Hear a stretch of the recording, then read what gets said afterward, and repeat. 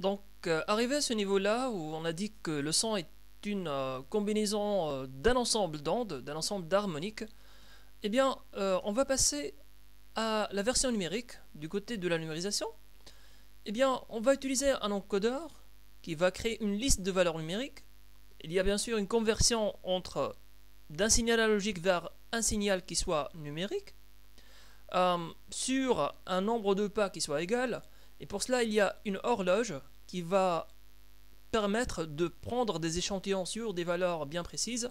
Par exemple, pour le CD audio, eh bien, nous avons une fréquence qui est de l'ordre de 44,1 kHz. Alors, généralement, nous avons ce schéma-là pour la capture du son. À l'entrée, nous avons un capteur ou un transducteur qui va transformer les pressions de l'air vers un signal analogique, vers un signal numérique, disons vers un signal électrique. Et aussi là, il y a un autre transducteur inverse qui est le baffle ou bien l'haut-parleur qui va transformer la tension ou bien le courant électrique maintenant en une version de pression dans l'air. Dans les deux cas, il y a une certaine vibration qui va être en entrée ou bien en sortie.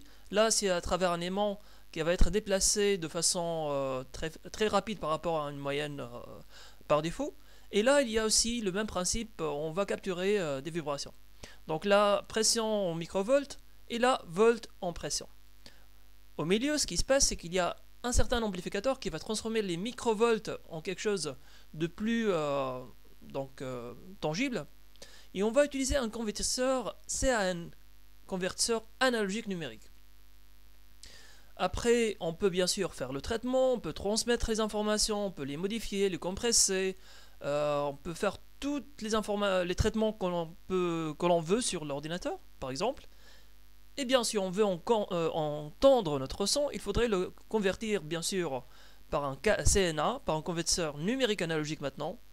Bien sûr, on pourrait, pour faire fonctionner les haut-parleurs, réutiliser un amplificateur afin de, bien sûr, générer un voltage qui soit fort, par exemple de l'ordre de, je sais pas, du 45 volts. Donc il faut un amplificateur pour avoir cette tension-là.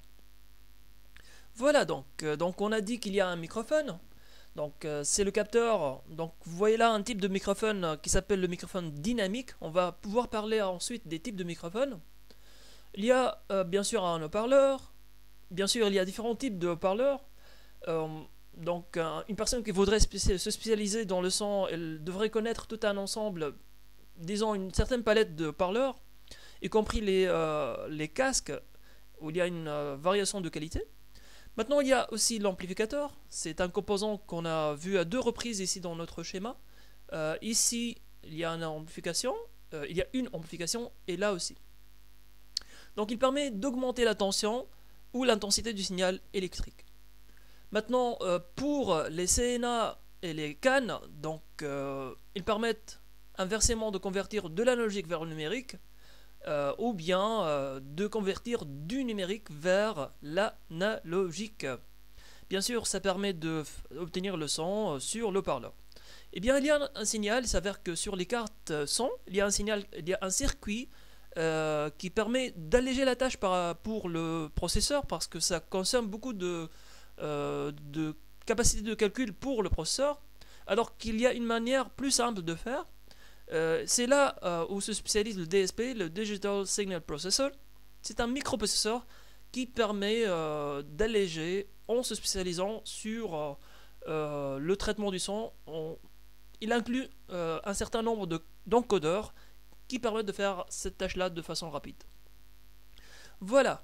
Donc là, je montre ce dispositif-là où il y a un certain nombre d'entrées. Donc, si on va compter qu'il y a 7 entrées, et là, c'est l'entrée généralement classique, où il y a le right, le left, il y a plusieurs autres sources d'informations.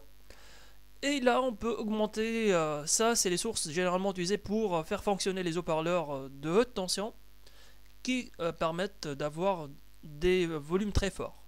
Voilà, donc là, c'est juste à titre indicatif. Eh bien, dans la phase de numérisation, il y a un certain théorème qu'il faudrait respecter, c'est le théorème de Shannon. Donc là, je profite pour montrer ce monsieur-là. Donc il s'avère que monsieur Shannon était un jongleur très donc actif. Donc il a inventé tout un nombre de jeux aussi que vous voyez là sur l'image. Mais surtout, il a inventé un théorème qui permet d'améliorer la qualité de l'échantillonnage numérique. Alors si vous allez regarder cette courbe-là, où il y a un certain pic par ici, si on va choisir une mauvaise numérisation, eh bien on peut perdre ce pic-là, alors qu'avec une bonne numérisation, avec tout un ensemble d'échantillons que vous voyez là, avec des pas plus réduits, on peut le garder. Donc pour avoir cette information qui s'avère très intéressante, il y a un certain théorème, on va y arriver. Donc le théorème est le suivant: il faudrait que, selon Shannon, que la fréquence d'échantillonnage soit supérieure au double de la fréquence du signal d'origine. Donc ce qui veut dire que si on a une certaine roue de voiture qui va tourner à une certaine vitesse, et il faudrait avoir une certaine capture, une vitesse de capture qui soit le double, supérieure au double de la vitesse de rotation, afin de capturer correctement l'animation ou bien la rotation de la roue. Sinon on va avoir un effet où on va avoir la roue de la voiture qui semble tourner en arrière au lieu de avancer. Donc c'est le même principe donc, qui permet de générer par exemple pour la voix humaine qui est d'une fréquence disons maximale de 22 kHz. Pour la version numérique, eh bien, on a le double qui est 44 et on rajoute un certain ,1 qui permet de garder un peu de sécurité.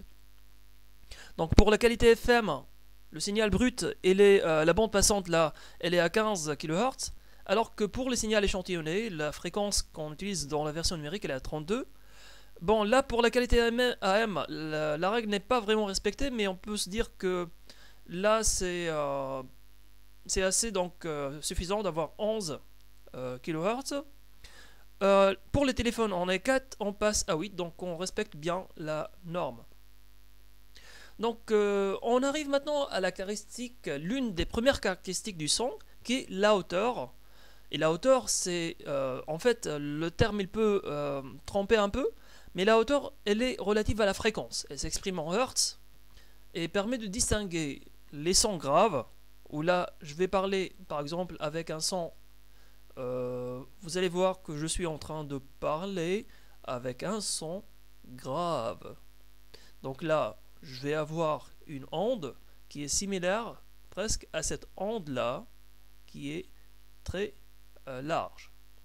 Maintenant, si je vais parler avec un son aigu, où je vais parler très rapidement et à haute fréquence, bien ma voix elle va ressembler par exemple à cette onde là. Ça ressemble au fil le plus fin de la guitare qui vibre beaucoup plus rapidement.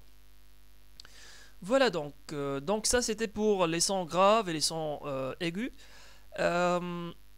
L'oreille humaine elle est capable d'entendre jusqu'à 20 kHz. C'est tout aussi pour la voix. Donc le bébé lorsqu'il est nouvellement né, il entend jusqu'à 20 kHz.